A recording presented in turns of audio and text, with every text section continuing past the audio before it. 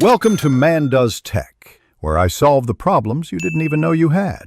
You start by isolating the supply and proving the circuit dead. This is non-negotiable.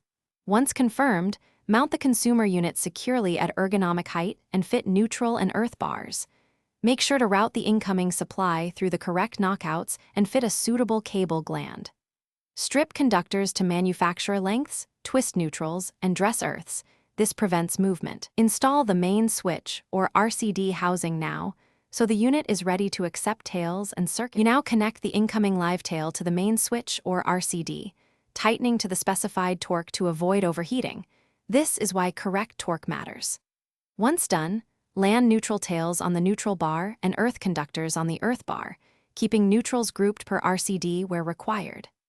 Install and clip the MCBs or RCBO into the DIN rail, then route each outgoing circuit into its breaker, ensuring no shared neutrals unless designed for it.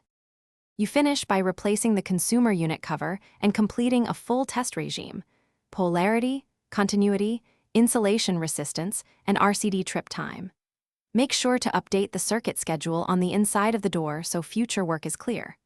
Once you restore supply, observe for any unusual sounds or heating. If an RCD trips or a fault appears, isolate circuits one by one to identify the problem circuit. This sequential isolation narrows down faults quickly and safely. Thanks for watching. If you found this helpful, don't forget to like and subscribe.